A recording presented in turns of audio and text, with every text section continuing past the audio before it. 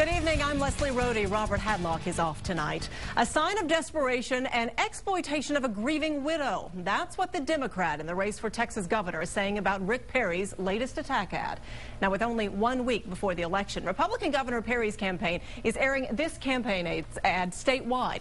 In it, a woman speaks out against opponent Bill White's role as Houston's mayor when an illegal immigrant killed her husband, who was a police officer. For the latest on how this could affect the governor's race, we go to our political reporter, Josh Hinkle, who is live here in the studio. Josh? Leslie, this ad really has Bill White's campaign fired up. In the last days before the election, something like this was the last thing he needed.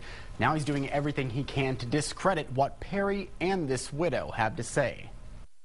My husband, Rodney, a Houston police officer, was murdered in the line of duty by an undocumented alien. The murder of Jocelyn Johnson's police officer husband sparked a debate that's now worked its way into the race for Texas governor 4 years after the crime was committed. And as I say, it's a sign of desperation that they would exploit the grief of a widow on this particular issue.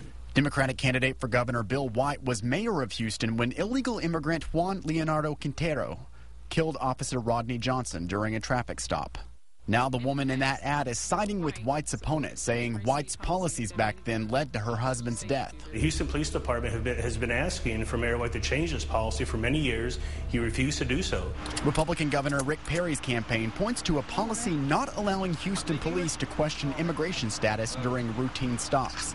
In her lawsuit against the city of Houston, which was later dismissed, Johnson said police detained Quintero at least 3 times before that fatal stop. The court document says the failure to discover his status or report him to federal immigration officers enabled him to remain at large and ultimately kill her husband. Under Houston code right now, a police officer on the road cannot ask the citizenship of someone they pull over.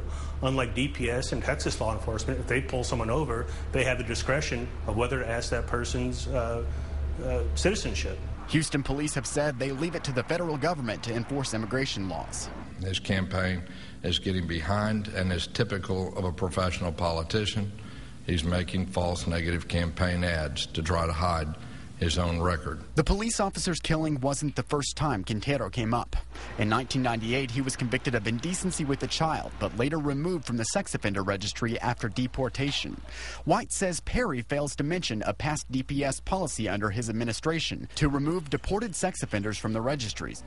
So the public had no idea illegal offenders like Quintero who re-enter the country are even back. White's mayoral office worked with DPS to change that rule, something he feels, had it happened sooner, could have helped prevent that officer's death. And although the Austin American-Statesman's PolitiFact says any claim that Houston under White's reign as mayor gave sanctuary to illegal immigrants slipping under the radar is false. Johnson still insists a state administration under White is not what she wants. If you look at the latest numbers from a new poll out by the University of Texas and the Texas Tribune, Perry is in the lead, but there is only a 10% difference between the top 2 candidates for Texas governor. Perry has half the vote, with White having 40%. The Libertarian and the Green Party candidates trail with 8 and 2. In the studio, Josh Hinkle, KXAN, Austin News.